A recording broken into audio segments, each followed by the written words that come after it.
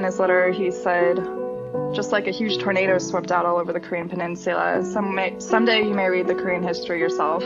So again, he was always encouraging me to do what I could to learn and understand.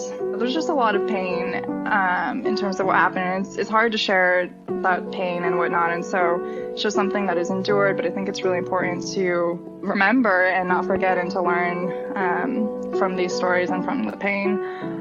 Tell me what's the life? I've been feeling starstruck, seeing human love thrive in this really long dusk. Guess it's really all love, 7 billion of us, and I read the headlines. Tell me what's the life? It's potlucks of violence, corn shucked to conscience, hot sauce, blood diamonds. Everybody pitching in force red with silence. We already hit up that cold bread. Hi, I'm Michael. And I'm Obasi. So, my friend Michael and I have come into adulthood watching our world become more and more polarized. From political polarization to income inequality to how we even define what is real. It feels like schism and conflict are everywhere. Like everything is coming apart. It feels like we need some type of meta solution, regardless of the issue. Like, how do we come back together? What does it look like to make peace? And at the same time, the world hasn't literally fallen apart yet. So people must be making peace on some level. So that's where we want to start. We want to learn who's making peace and how we can apply that to the rest of our world. So join us as we try to find everyday peacemakers and learn what peacemaking means to them.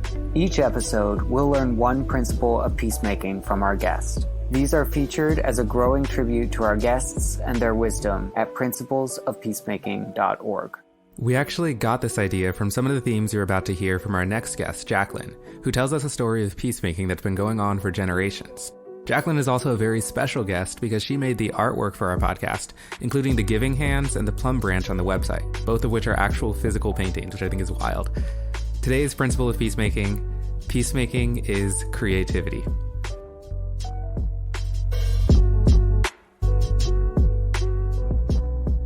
So I'll start with when I was a kid. We're going to try to make this somewhat chronological order here.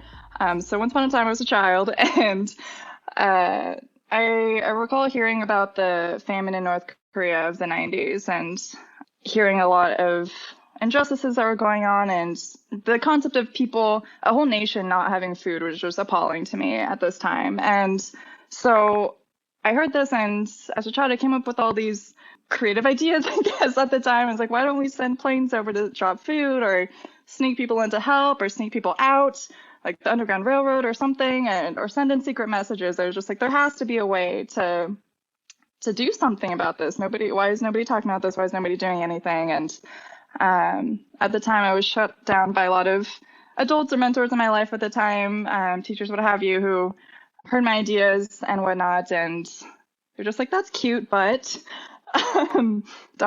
naive. And so a lot of the feedback I got at the time was just that, it's a hopeless situation. Any support that you send will just go straight to the military. Anything you do, you will fail, basically. And it's nice you care, but pat you on the head, it's time to give up now and go outside and play. So this was super discouraging to me at the time, and I felt very helpless, just as those messages would make someone feel.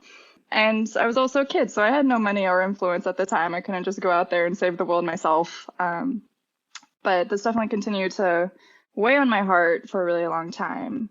You might be wondering why a child at this time was hearing about these stories too, if it wasn't as well known or top of the news. But yeah, I guess I just care about justice and human rights in general, but also these stories are in my blood.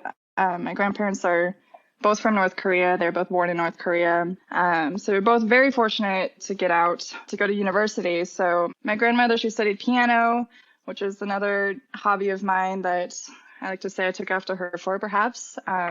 But yes, this was a really difficult time, obviously. Her brother actually was celebrating on the rooftops when the Americans flew over to try to save them during the Korean War, and was shot and killed, among others who were also doing the same, just because they were mistaken for the bad guys or whatnot. They couldn't tell the difference. So her family actually was all able to get out of North Korea, as far as I know, mostly because her father spoke English, he went to Northwestern in the States in the 20s, which was also very fortunate, and listened to American radio enough to know that the DMZ was in negotiation. And so he was able to sell everything that they could, and he was able to move their family south. So my grandmother's last wish is that she says every once in a while that she hopes to see at least one of her grandchildren get married or to be able to visit her homeland before she passes. And at this point, we are not entirely sure which is more likely at this point. But yeah, that's definitely a hope and dream of hers for reunification or a chance to go back. She tells the stories about how beautiful her homeland was. And so it is definitely still a piece of her, a very large piece of her. My grandfather, less fortunately, actually lost both of his parents over the border, even though he was able to make it across. So it was definitely a time of chaos and despair for sure. And so I remember when I learned that as a kid also, I think we were having dinner together and my grandmother told me this. And so that my grandfather was always really sad on Mother's and Father's Day, thinking about the parents that he lost and whatnot. And so starting in about 2002 or so, for a few years, I was pen pals with my grandfather. So it was a really special bonding experience for me because he was trying to practice English. I was trying to learn bits and pieces of Korean. My Korean is awful. Please don't judge. But he tried, and it was really special. And so I still have copies of all these letters, and I reflect on them very often. And so one thing that he was always encouraging me to do was to learn about Korean history someday, because it's not really something that I learned in my public school education very much. They didn't talk about it a whole lot, and maybe it was one little bullet point that Korean War even happened. But there's still I know a lot of misunderstanding on what that war was even about. But I was going through some of these letters recently, and there's one point where I was asking him if he had a pool when he was little, and he had to explain to me, when I was little, we were going through Japanese occupation, so we weren't allowed to have our own pools and whatnot, but he was still able to spin it as but I also really enjoyed public pools, so that was fun. And so then I would be asking him all these questions, like, why did they let people have pools? And why did Japan rule Korea? And why did they want to?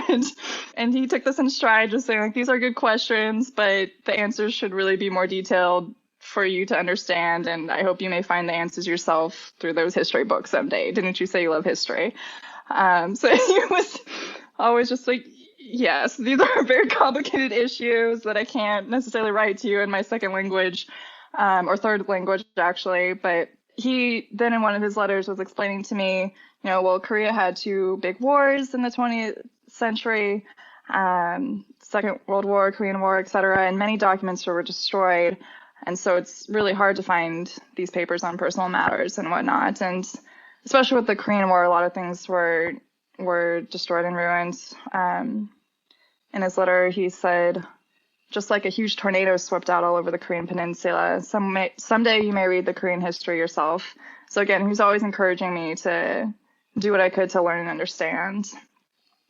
Because I think one thing that I've noticed culture is that there's just a lot of pain in terms of what happened. It's hard to share that pain and whatnot. And so it's just something that is endured, but I think it's really important to remember and not forget and to learn from these stories and from the pain. So these stories are in my blood. North Korean people share my blood. And so when I think about the situation there, it's just not, I can't forget these stories or give up on them, basically.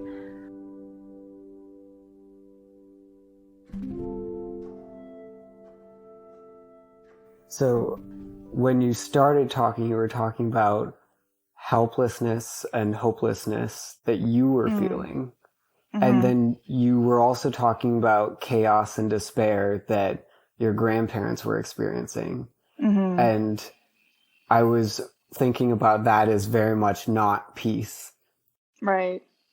I think it goes back to what I was saying of their blood is in my blood. And so when I see stories of people suffering in North Korea or whatnot, or people overcoming suffering from North Korea, it resonates extremely deeply within me, because I'm thinking that could have been my cousin, that could have been me. And so I think that's something that is really striking to me when I think about the stories of my grandparents, is that they overcame so much to escape, or they're so fortunate in the ways that they were able to not be stuck on the wrong side of the border, at the conclusion of the war. And so I can't help but feel an immense sense of gratitude and just, it was just a lot of luck depending on which side you ended up on. And it totally transformed history depending on which side that you ended up on. And just the fact that my great-grandfather spoke English and was able to get them across right before, that's so fortunate and whatnot, versus my grandfather's parents might not have had that access to information. And so one thing I've been doing over quarantine these past several months is watching K-dramas for the first time. I just for some reason never got into them. I think now they're all over Netflix, so a little easier to access. And one of them that became really popular a few months ago was Crash Landing on You, and it's set in North Korea, and they have really interesting perspectives on the relations between the two sides. And one thing that I found really remarkable about it is the multidimensional view of the North Korean people that they portrayed, which is not something that you see in the media very often. And so throughout the different storylines, it's a great story. But I just, for like the second half of the show, I was just bawling every single episode because the things that were happening to people I was seeing is just, you can connect. And it was very humanizing and heavy and went on in those ways.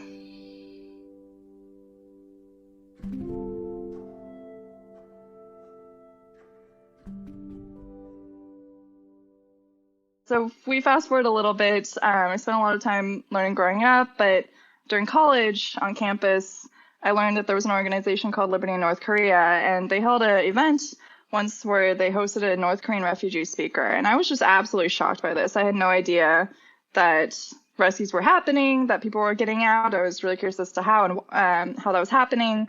And so this just completely blew my mind at the time. I was just totally awestruck by this.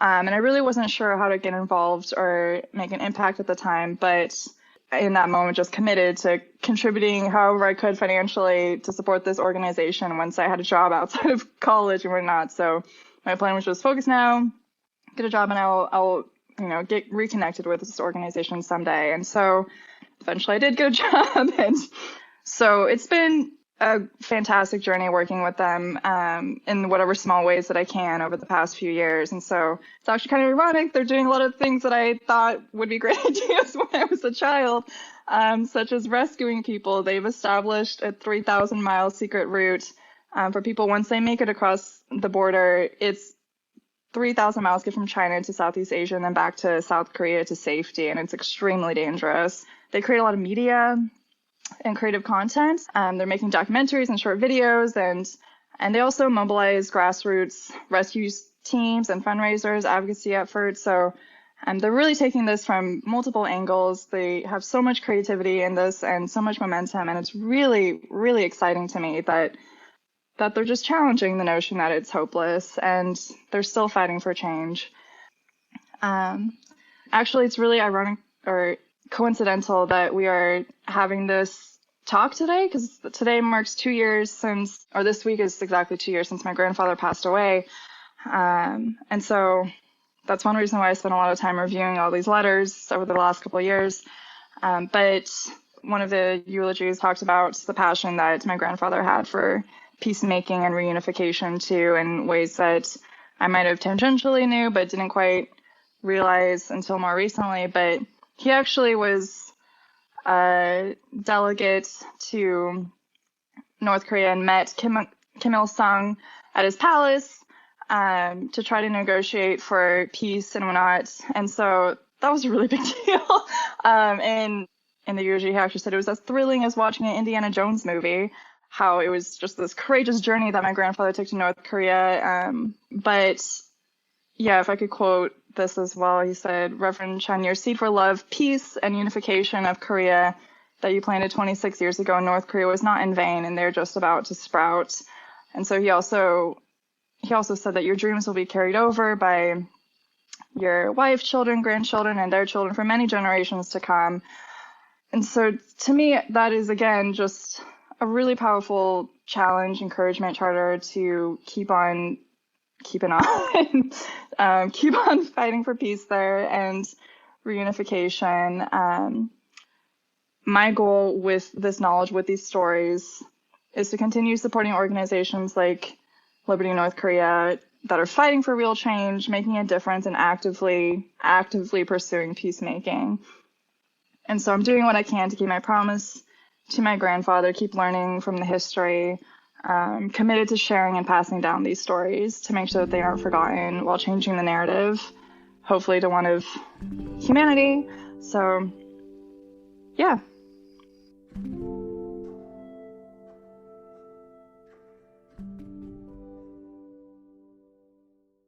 Do you feel any kind of guilt about like how you were able to escape from this, but others weren't? Being here in America, being, you know, able to live such a, you know, privileged life in comparison to the life that the people so like close to you, or so similar to you are not able to live. Like, does that induce any feelings of shame, or is there some positive way that you're able Process to? That. Yeah. Right. That is a great question. Again, I'm not perfect. And so there's ways in which, you know, you could just kind of hear that and just hear like there's so many different issues going on in the world. I can't do anything. I'm helpless. I will then do nothing. Or you can hear there's so many different issues in the world. Let me do something because that's better than nothing. And so I guess my thought with that is, you know, I try to do what I can here and now in America, in the country that I live in, and that's impacting the people that I know and love and also don't know and perhaps should still love. But I guess in terms of the proximity there too, and Liberty North Korea is not only an organization full of Korean people or supported by Korean people. I think that's something that's really cool about them also, is that they've been able to use media and narratives to be compelling across proximity or beyond proximity and whatnot. But that being said, it's still an issue that not a lot of people it's not top of mind. And so almost because of that, I feel like because it is top of mind for me sometimes, it is one that I would like to put some extra effort into, just because if I don't, then who will? And I say that kind of somewhat facetiously because there are a lot of other people doing it. I'm not doing anything to save North Korea myself. It's an organization, it's a movement, and so it's just one that I hope to be a part of, again, because it's in my blood, but also not only because it's in my blood, because it's about justice and it's about civil rights and humanity, and that crosses borders, that crosses proximity and whatnot. So just do what you can. You know, there I was like, you know, fishing for, you know, guilt or shame or these negative feelings. But I think that you've done a lot of like positive processing in a way that, you know, precludes those feelings. Like I really liked the, like, if I don't, then who will? It's a way of like looking at this as where can I do the most good, as opposed to like, where have I not yet done good? Like how can I like find spaces where I'm uniquely positioned to do good. And I think that you are, you know, looking at it with that angle is really cool, especially from the like vantage point of peace, because what I think that Michael and I have noticed, and like that we will continue to be noticing as we do this podcast, is that like self peace or peace within is so, you know, connected to, or so many parallels with peace in the world. And so it's interesting to me that you've managed to find peace within, and that in finding peace within, you're able to seek peace outside, rather than kind of the other way around of like, I don't have peace until there is peace in the world, which I just think is super interesting. I mean, what I think you just said, Jaclyn, is so important and so needed, because I think so many, especially young people in our generation, kind of were bombarded with all the problems of the world, and we're like, aha, so I don't even matter. Like I can't do anything. I can't do anything that I'm going to see a difference about. My vote doesn't even change who the president is. So, and then kind of I give up. It's learned helplessness. And I'm just wondering how, because it sounds like you're so connected in so many ways, to being part of something that's bigger than yourself, to being part of an organization, recognizing that you have a role to contribute there, but other people are also doing it. And it's not just that you're going to save North Korea on your own, but it's that you're part of many generations and many organizations who are like just continuing to struggle for peace. And I'm wondering how that came to be, how you came to connect with that perspective. I would say to both of you that it is still a complicated internal journey. It is not something that I have solved, and I've definitely been struggling with a lot over the past forever. But yeah, it's really, really, really challenging. Something I'd like to call out in terms of trying to maximize impact when I'm not kind of be faced with that helplessness that I still feel is I was at a protest for the Black Lives Matter movement, and one of the speakers said something that has really resonated with me ever since, which is use your genius, which what he meant by that is find the areas where you're going to have the most impact. And so maybe I'm not a lawyer, I'm not a policymaker, I'm not a politician and whatnot, but I have a workplace and I have perhaps some amount of influence there that I can try to leverage, or I have friends and family, and trying to see where you can use your own personal strengths. And that's kind of where some of the creativity comes into of, what are my assets that I can bring to the table for whatever issue that I am concerned about. Maybe it is that you just have a job and you have a little extra cash every month or whatnot that you can try to put somewhere meaningful to you and try to see, do the research as to what's going to have the most impact. And maybe even try to find organizations that don't have as much support, or figure out where you're going to have the most impact. And it takes a little bit of research. It's kind of, it takes a little bit of time. And another thing I would like to call out too is that, still addressing your questions on the guilt and shame of Aussie, I wouldn't say that I'm just walking around living with a ton of guilt and shame. Hopefully, I mean, that would be kind of challenging. But when I do read these stories, when I do listen to these stories, when I reflect on it, I feel devastation, and and it stirs up something in there. And whatever those feelings are, just figure you have to channel it some way. I don't want to have them just fester in there. So it takes time to sit with those and process them, for sure. You have to let those negative emotions out somehow, but then trying to channel them into something creative and productive is just step number 2.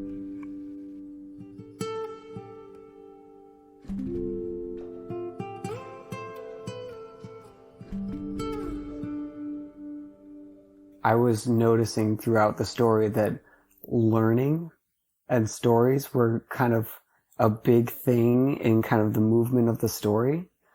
I'm just wondering about that. It sounds like learning has been big on your path towards peacemaking. What do you think?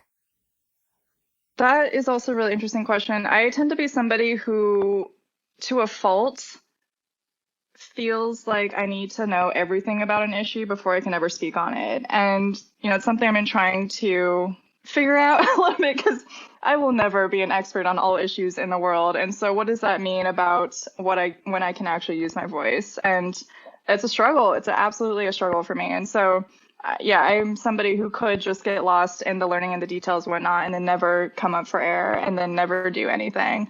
But at the same time, I think what learning can do is inform the values that are informing your decisions and beliefs, and also building empathy. And so even if it's not a history book, like my grandfather saying I should read all these history books to learn, like there's still the stories that I want to carry with me and whatnot. I think that's something that you could do with any of these issues is expand the horizons of fiction that you're reading also, not only the details and the facts, which are also important to be educated on actual issues and actual matters that could change things. But I think there's a lot of room for fiction and stories as well to build that sort of empathy and lens into another person's existence. I really like that, learning to inform your values rather than just learning the facts.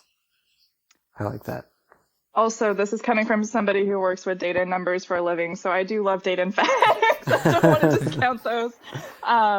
So this is more of a finding internal balance within myself issue, and so people might be on either end of that spectrum and whatnot. But I think the importance is valuing both. Yeah, one thing that makes me think of now too is peacemaking being an act of creation, and how if you are somebody who does create creative works, then as you are, Jaclyn, you like understand the feeling of like when is something done? When is something done? Oh, that's a great question. And it never feels like you've finished. Right. But right, eventually right. it's like, okay, I'm going to stop on this one because I need to move on. But like you never feel like you have accomplished a piece, a work of art. And another thing that's like a second kind of metaphor that I'm thinking about is last year at our church, Jaclyn and I go to the same church we used to. I've now moved, but Devastating. Right. There was this, I don't even remember why, like I was mildly confused about it the whole time, but there was this painting that would different artists would come up during like the church service. And it was like on the wall, like so that you can kind of see it going on as the church service is going on. But some artist would be there working on this painting. And it's just this massive painting on one of the walls.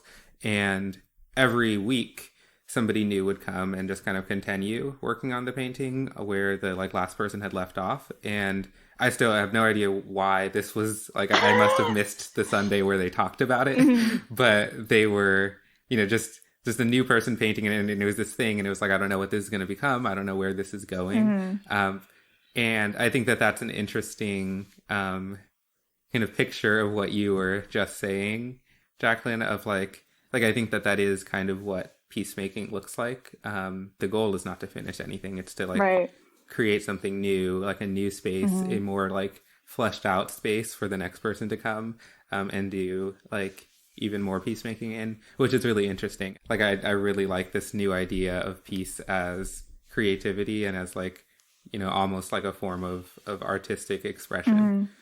One thing that I like to say often, I don't know where I got this from, I definitely did not come up with this saying, but the way it goes is a non-artist looks at some creation or art and says, I could have done that, but an artist actually did. So I think that in terms of, there's a lot of self-consciousness and a lot of, I'm not creative, or I'm not natural at this, or I can't, like, how do I know when it's finished? Or, people are going to look at this and know how much I am terrible at art. Like, nobody ever actually really thinks that, in my experience at least. And that's not to say that I'm a great artist. I'm definitely not, but I do it. And so that's the whole point, is that part of my, challenge myself of just getting into the practice of making art regularly was you'll get to a point eventually where you can no longer say I'm not an artist, because you're just doing it and you're practicing it. And so the same thing with peacemaking, I guess, is that if you're not doing it, then you're not doing it. But if you are committing to something at any level consistently or whatnot, there will be lasting impacts, and eventually somebody will benefit from that. And so in terms of knowing when a piece of artwork is done, usually I'll work on something and I'll hate it for a while, but then I'll just sometimes I literally just put it up on my wall and step away. And then a couple days later, I love it. That distance and whatnot, I think, can help. And just realizing that, we're our own worst critics, or at least I am. And sometimes you have to kind of take a step back from that and recognize that our work is oftentimes for other people, and not even if it's just encouraging somebody else to see themselves as creative, or having that potential. Same with peacemaking. Yeah, I think that's really interesting too, just because of this podcast and how one of the first reactions that somebody has when we want them to be on our podcast exactly is I'm not a peacemaker. Right. Like that's not something that I do. That was the exact process I went through.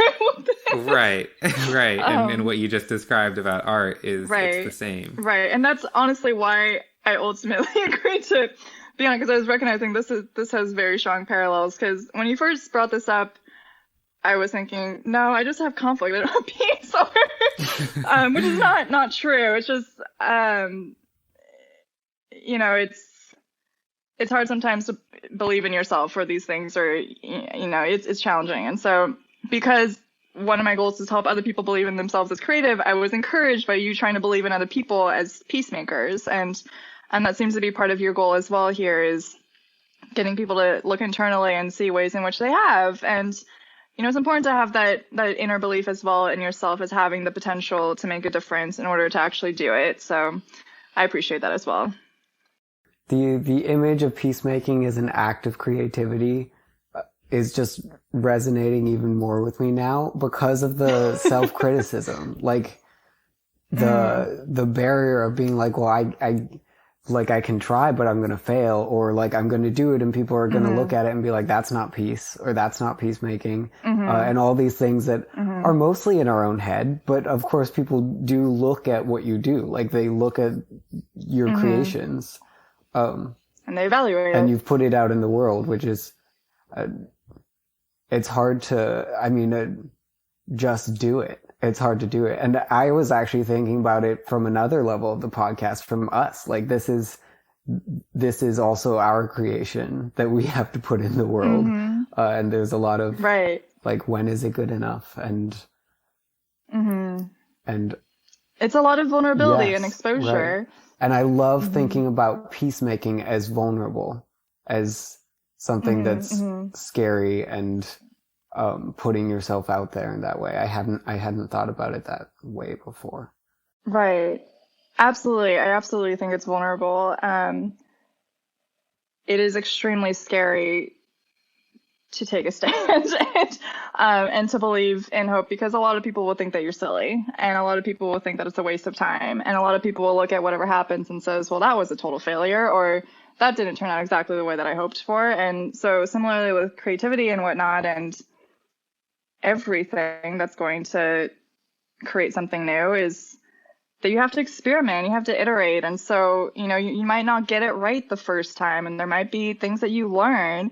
It's similar with analytics. I say this all the time, is that you have to iterate. If you're building a predictive model or whatnot, you're not going to get it right the first time. You have to go in with your hypotheses and you have to test them. And it might be messy, and it might take some time. It might take generations. But I think the important thing there is that you try and you learn, and then you pivot and you make it better. So it's not just kind of getting stuck in these traps of messing everything up, but it's that iterative process that's important in all these different realms.